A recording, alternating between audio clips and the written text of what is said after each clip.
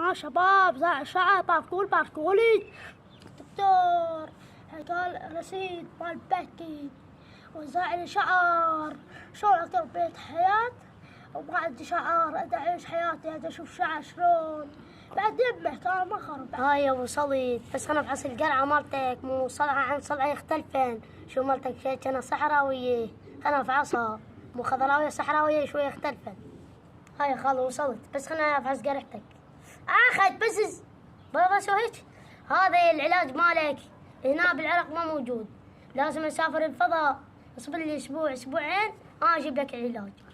شوف دكتور روح فقال الله استغفر الله اريد اعيش حياتي اريد شعار هاي الناس تعيب عليه ترفعها هاي بالساعة والله وش عجيب الله شاهد. اجا واحد منا قلت شو صراحة تقتل مع قلت شو اسوي؟ قال دكتور بعد انا يمك تروح فقال الله استغفر الله رب العالمين روح بخدمتك ما خاف. انا في اشعه فضي هاي قاعدتك دوب ما شايف الماي تنابا نقي حماي.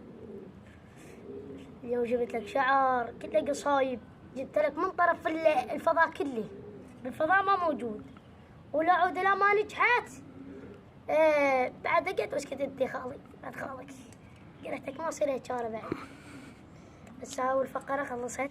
ها شباب زع شعر باركولي ما تتحاجون ها بوه هشام